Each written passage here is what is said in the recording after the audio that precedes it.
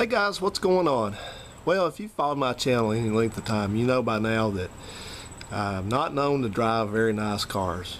I usually end up buying cars that have been certified pre-wrecked, or certified worn out, or certified mechanical problems. I don't ever buy cars that are certified pre-owned and nice cars, anything like that, and I'll tell you why that is.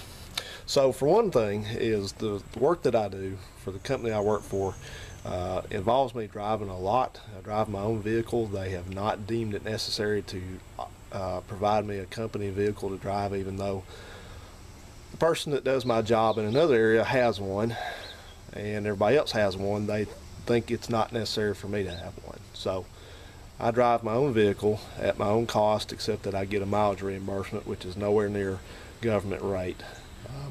That is what it is. So that's the deal. So anyway, I drive in a lot of different areas that are a lot of traffic, a lot of kind of urban areas and things like that. And so it's, you know, people these days are not very good drivers. I think people in Birmingham and Huntsville are the worst. And to me, there's always just a high likelihood that something's going to happen, it's going to tear a vehicle up and all that. So I'm just not going to drive a nice one, because I've already been in a couple fender benders and a couple accidents and stuff like that, and luckily none of it was my fault, but you never know. So I want to show you, I was teasing you on another video about what happened to my car over here. My neighbor over there, I guess, hacking it up. What happened to my car over here, and I'll show you that now. Just remember, do me a favor, that this is not settled out with the insurance, the other person's insurance yet. So, you know, you can theorize about, if you want to, about whether it can be fixed or not, or should be or should not be. That's fine, but there's not going to be a discussion about who it was, where it was, whose fault, anything like that, because we're just not to that point. I'll fill you in more on that when we get through that process. But for right now, let's just take a look and see what kind of shape this old car is in. So anyway, this is the Craigslist $800 Fusion out there. And that's the car I bought back last November from, guess where? Craigslist. And it had a transmission problem. The transmission was not operating correctly.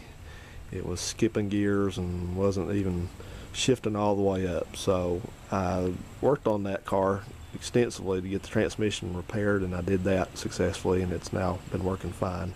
It had 110,000 on it when I bought it, and it now has about 128,000. So anyway, that's what it is. That's the subject, and here's what's going on. So a while back, I was just on my way to work in Birmingham. I was not in Birmingham, I was on the way there, and had an incident. I'll give you a hint here. Let's see, this,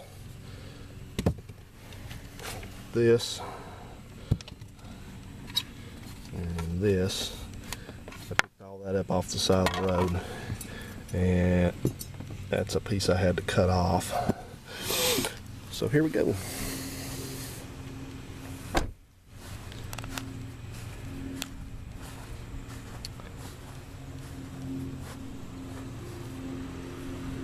Yowzer. Well, it's like this. To put it generically, I was where I was supposed to be, doing what I was supposed to do, and someone driving a much larger vehicle, not on purpose, but accidentally misjudged where their vehicle was going to end up at, and we made contact, and that was a big bang screech, and this is the result. That door handle's gone. That door opens, but only from the inside. That window don't go down no more. That door I hadn't even tried to open, because I'm afraid that if I do, it won't go back closed again, but it's warped. It's pushed out up here. Window doesn't go down. You ripped down the side of it, you ripped it open like a can opener right there. And mess this quarter panel up.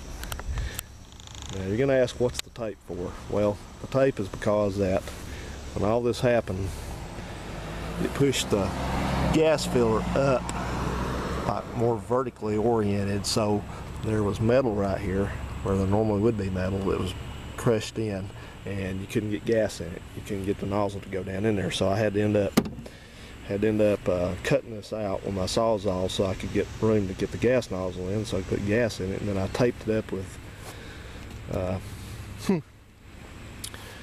Gorilla Tape so that I would lessen the chance that I would gash my hand open putting gas in it. So that's that.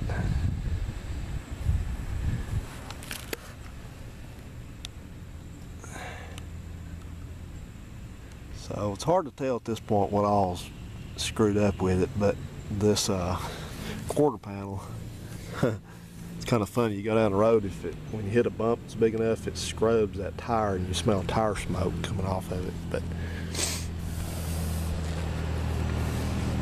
anyway, so that's the deal with the car. So I thought I'd just give you a quick look at this and all that going on. Anyway, so 2 banged up ones now. Luck is not going too good, so that's why I had to end up. That's why I had to end up trying to get that truck going, hopefully. So anyway, guys, that's the car story, and I will fill you in more on that later as I know more about what's going to happen with it. So again, as I said, at this point, no determination what's going to happen with it. It's not to that point yet, so I can't tell you. Don't know. So thanks for watching, and sorry to see that happen to that car. I guess it was a pretty decent car. It's been a pretty decent car.